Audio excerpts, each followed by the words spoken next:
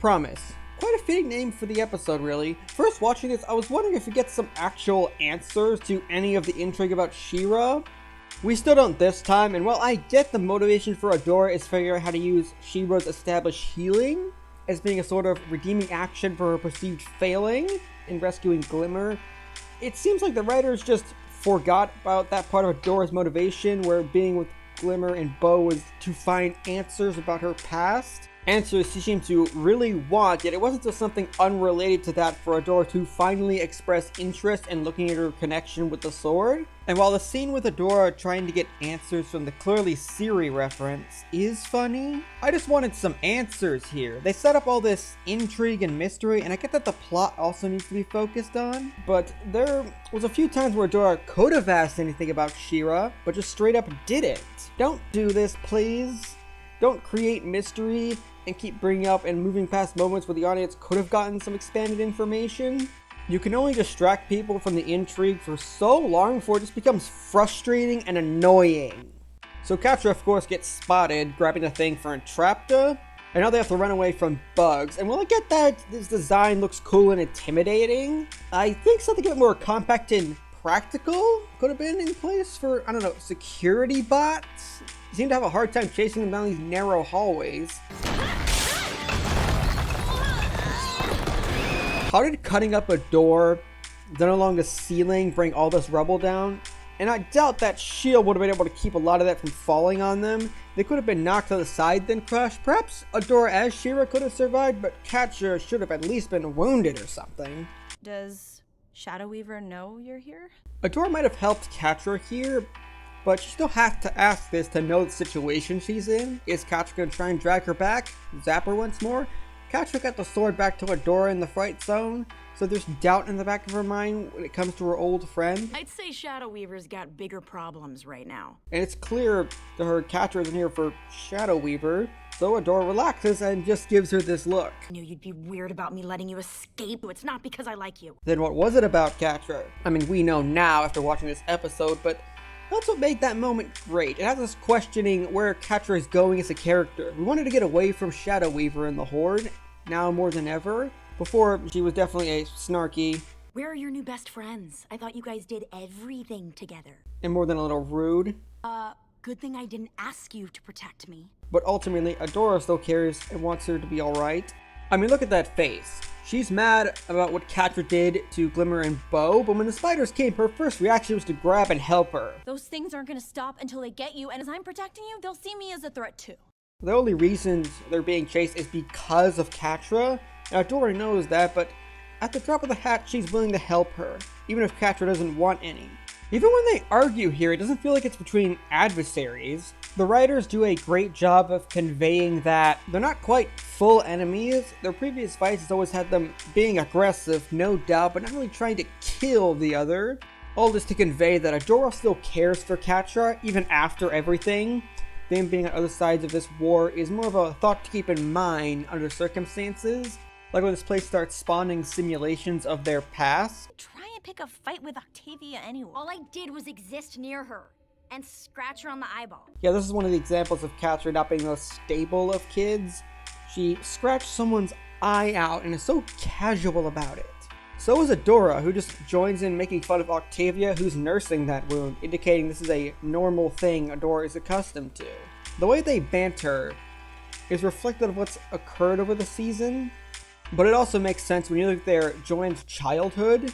This really great moment after this where Adora is wondering just why Catra would give her the sword when she could have been caught and gotten into serious trouble, and Adora almost falls into this deep hole, and Catra catches her and is just holding her there and says, You really think I just let Shadow Weaver erase your memory like that? Music plays like this is some intense scene, as if Catra is moments away from just dropping Adora, and the blonde's only response to this is just, I don't know. Probably. and Catra just pulls her back and tosses this casual, You never did have too much faith in me. then we're back to just usual banter. As if that whole moment didn't just occur. How they interact and the brief glimpse of their upbringing, more specifically how Catra was treated in their upbringing and now, is important to understand the rather volatile nature of Catra. She's always been this way, and I don't think Adora's fully understood that. something Adora never saw because of what we see in this next flashback when Catra loses a sparring match with the latter, getting praised. Meanwhile, Catra is here like, oh, I just let you win. Oh, second place is perfectly fine. Oh, I don't want people to think that I actually care. Yet she immediately secludes herself to start crying. Then gets nabbed by spiders and Adora has to come running after her. I think this thing between these two is that Catra made a lot of assumptions about Adora, and Adora just didn't understand Catra's true feelings because, well, she just kept them hidden. In Ep 1, Adora got promoted and was being deployed over Catra, and she was clearly affected by it then, but just tries to just play it off. And in Ep 5, she tries showing off her Force Captain badge, but then loses her smarminess attitude when Adora barely even regards it. It's all that you gotta keep in mind as we start getting Catra's true feelings on Adora and how she feels like she's been playing second fiddle to her. An idea that has been reinforced by Shadow Weaver all her life. I've kept you around this long because Adora was fond of you. Shadow Weaver always dawning on Adora and only ever seeming to care her, something that deeply affects Catra, who's likely been starved of any sort of parental affection. Something a child is supposed to need a lot of. The only comfort she had was Adora. And after that flashback scene with Shadow Weaver, Catra flies into a bit of a rant against Adora. You always need to play the hero, don't you? I was only trying to protect you. Catra has come to see Adora's help as either half-baked or just completely unwanted. You never protected me. Not in any way that would put you on Shadow Weaver's bad side. Don't use your perspective as an audience member here. You want to look at this from Catra's point of view. Catra is lashing out because she truly believes that Adora just straight up ditched her on a whim and left her to take the fall against Shadow Weaver.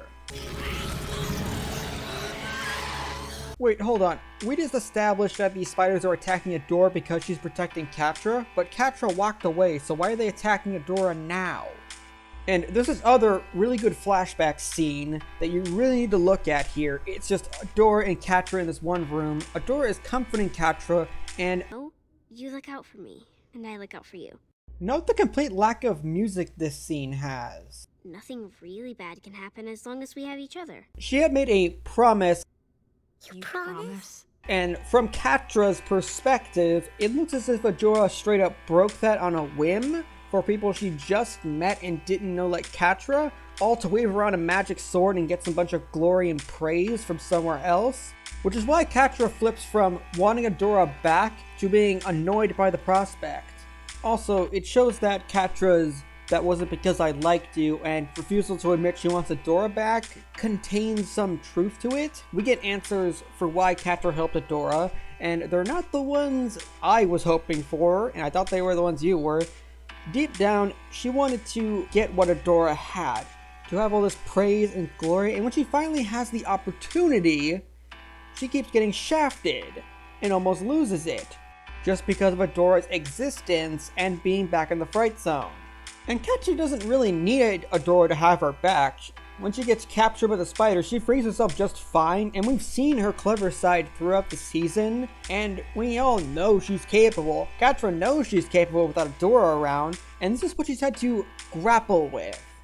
Adora, quote-unquote, abandoning her, and a taste of what having real authority could be like. All that convolutes in the latter half of this episode, with Catra torn between wanting her only comfort and friend back, or seizing the opportunity to gain real prestige and status she's always harbored a desire for in the past. She ponders all this information and comes to a conclusion. You've always been the one holding me back. And the fact they just have Adora dangling over an edge once more, with her fate to be decided by Catra, and Catra just looking at her with this menacing, almost insane look. It's all an effective way to get us just staring in disbelief of what's happening to Catra, what she's about to do. Now, don't look at this from your perspective. Do it from Catra's, even if it's not entirely correct. To Catra, Adora broke her promise. You wanted me to think I needed you. Adora never truly needed Catra, Every hero needs a sidekick, right? and Adora is a threat to Catra rising up and getting what she wants. Really, you leaving was the best thing that ever happened to me. Is this correct? No, but that's Catra's thought process and the conclusion she draws, all from her perspective. And even we as the audience know better, that's not really for us to say or convince Catra otherwise. Bye, Adora. I really am going to miss you. The sheer lack of sincerity in her voice always gets me here. She's completely disillusioned with Adora and their old friendship. Adora falls, not dying of course, and the capture just gets back with the data crystal she needs to complete her objective. Did you find it? Why is the princess loose? Come on, Catcher, she's pretty much not your prisoner at this point. And we get the slightest, only the slightest hint that she might have some regrets about doing that. He is the best friend ever. And that's why they decide to leave us for this episode. This whole thing was a gut punch to everyone hoping Catra would finally defect to have a better life away from the Horde. And where Catra's descent into a vengeful villain begins, it's so well written, with the more observant viewers looking back to recognize where Catra's train of thought comes from, yet it's not inaccessible to everyone. You can still take this episode alone and understand where Catra is coming from. It's one of my all-time favorite episodes, but I remember thinking at the time, damn, when are we gonna get some answers about She-ra? This feels like the perfect place to get them. So that was episode 11 of Overanalyzing She-ra. If you like this video and want to see more, then hit that thumbs up and the subscribe button, then bell to get notifications about the next episode. I'll try to update this series every Thursday, so please share with other fans and check out my channel for my video essays, music analysis videos, and complex character series. You might find them enjoyable as well.